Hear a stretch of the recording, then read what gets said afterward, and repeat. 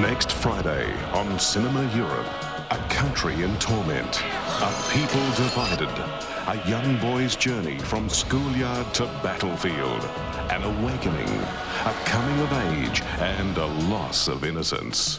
Next day, Fiesta. This week, your Sunday stereo special will mesmerize you with a production starring Thomas Hampson and the San Francisco Opera, simulcast on ABC Classic FM. Dangerous Liaisons by Sousa, recorded live from the San Francisco Opera. An elegant story of amorous dalliances and intrigue. Guest starring Australia's own David Hobson. Dangerous, Sunday 8:30. Coming soon to ABC, some of the world's finest short films. I'm wearing dual balls. What's that? Perfume? They're battery operated. I dare you to wear them when you're teaching none of your class. Queen Cat, Carmel and St. Jude are three very different girls in a story of growing up, friendship and survival. I don't want anything! This will be one of the year's major mini-series. Shelley Marsh, prostitute. She had 2 phone numbers in her pocket. One was the clap clinic, the other was your husband's mobile. Daniela stars in this powerful new 6-part series. I believe in telling the truth to people I love. Yeah, well, let me tell you something, mate. The truth isn't all it's cracked up to be. Outstanding new dramas and all your favourites. Great programmes start here on ABC.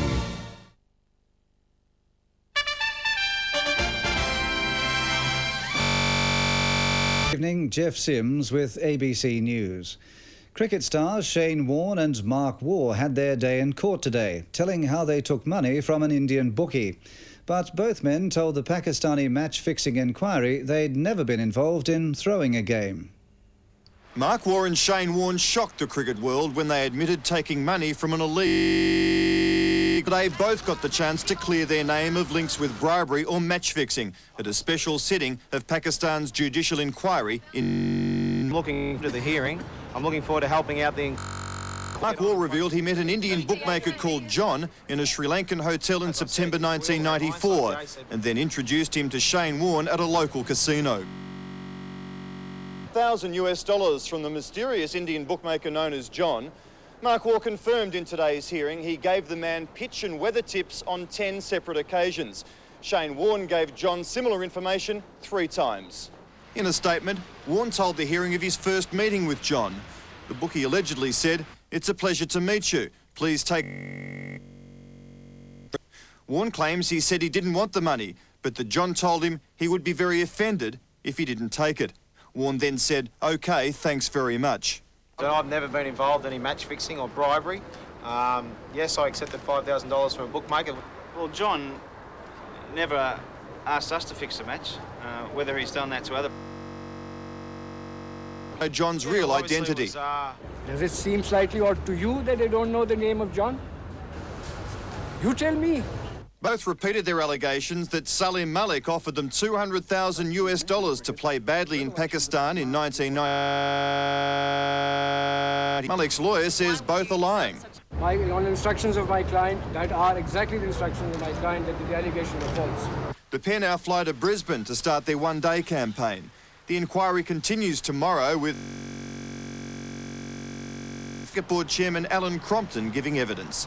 Rob Waters, ABC News, Melbourne. The Tourist Commission's unveiled its new advertising campaign aimed at luring more overseas visitors to Australia.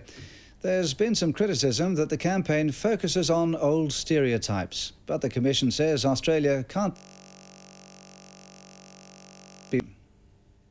The Tourist Commission describes the campaign as a new era of advertising, to be seen by 300 million people around the world. Have a go at those. The ochre image is a deliberate attempt to emulate Paul Hogan's Shrimp on the Barbie campaign of 1984. In Australia, the land of wonder. It was, in my view. But it was this back-to-basics effort that raised eyebrows during today's launch. Could I borrow that paper when you finish, love? Yeah, sure, no problem. We're not about being politically correct. This is about getting an outcome. At the end of the day, we're talking very business decisions, and sex sells. The notion that Australia should be promoted as a sophisticated destination is highly artificial. The reality is that this country is stylish, it is relaxed, it is laid back, but Europe owns sophistication and we could not compete against. People would not believe us. The ads are already on air in North America, Europe and Asia. Lindy Kerrin, ABC News, Sydney.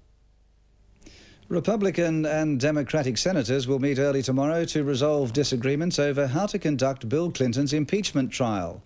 As the trial opened today, senators were privately haggling over a number of points, including how many witnesses, if any, should be called. The impeachment counts were read by the chairman of the House Judiciary Committee. William Jefferson Clinton has undermined the integrity of his office, has brought disrepute on the presidency, has betrayed his trust as president. Then joining the White House and Congress in the fray, the judiciary, the US Chief Justice taking his oath to preside over the trial. I attend the Senate in conformity with your notice for the purpose of joining with you for the trial of the President of the United States. But behind the carefully scripted pageantry, there was complete confusion. After a day of meetings and disagreement on how to proceed, the Senate Republican and Democrat leaders summed it up. At this point, nothing is for sure. We may vote on. We can say that for sure. Yeah, we're definite about that. Tomorrow they will try one last time to forge a bipartisan plan, summoning all senators to a closed-door conference. Democrats oppose the calling of witnesses. They still want an early vote that could cut short the process. Republicans want a trial starting on January 14 that could last 3 or 4 weeks, and at least the option of calling witnesses. With or without agreement, a vote on what happens next is expected tomorrow. Craig McMurtry, ABC News, Washington. The Australian government has come to the defence of Richard Butler, the UN's chief weapons inspector for Iraq. Mr. Butler's under increasing pressure over reports that the US used weapons inspectors to spy on Iraq. Meanwhile, there's been another incident in Iraqi skies. It was the 4th incident over Iraq's no-fly zones in less than a fortnight. This time, according to the US Defense Department, an American jet patrolling the northern skies fired a HARM missile on an Iraqi radar site after the pilot was determined he was being targeted by a surface-to-air missile. The US believes it scored a hit. The radar stopped beaming at precisely the time the HARM was to impact the radar, so we assume that it was a hit. Top US defense officials believe Iraqi leader Saddam Hussein is losing his grip on power and is becoming more desperate. He is dangerous now. He could become more dangerous if he is desperate. In Iraq, however, the only public show is one of support for Saddam. These students protesting outside the UN offices echoed their leader's call for American UN workers to leave. Dominique Schwartz, ABC News. There are reports tonight from Angola that a search team has arrived at the wreckage of a UN plane which crashed near the city of Huambo on December the 26th. But there's no indication yet of what the team has found. Among the 14 people on board was Melbourne barrister Patrick Luckman. A second plane was downed at the weekend. UNITA forces deny shooting down the planes or holding those on board. To finance now, and the All Ordinaries dropped 41 points, blue chip stocks leading the falls. Overseas, Japanese shares dropped more than 1%.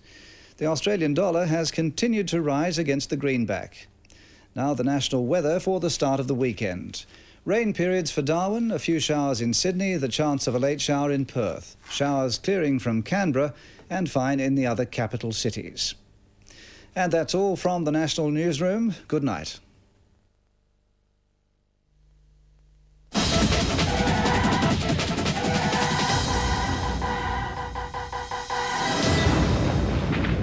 Hello, I'm Karen Tighe, hoping that you can join us live around the country tomorrow for the final of Hopman Cup 11. The Australian team of Mark Philippoussis and Jelena Dokic looking for Australia's first ever win in this tournament against Sweden's Jonas Bjorkman and Åsa Karlsson. Our coverage from 10 a.m. local time in Perth. Hope you can join us then. Break! Rage, that is. Chosen by music's most influential artists. Those guys were great. Groove is in the heart. Oh, yeah. Rage! Boom. 31 definitive tracks handpicked by Rage guest programmers. Naughty, naughty. What do you call yourselves? Rage, the album. Available on CD and cassette through ABC shops, ABC centres and music retailers.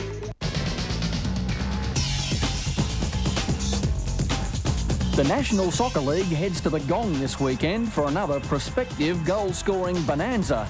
Sydney Olympic, fresh from a 3-0 drubbing of the Melbourne Knights with a Cardozo hat-trick, play the Wollongong Wolves, responsible for a gritty 3-3 draw with the high-flying Marconi last weekend. Olympic versus Wollongong, live from 5 o'clock on Sunday on ABC Sport.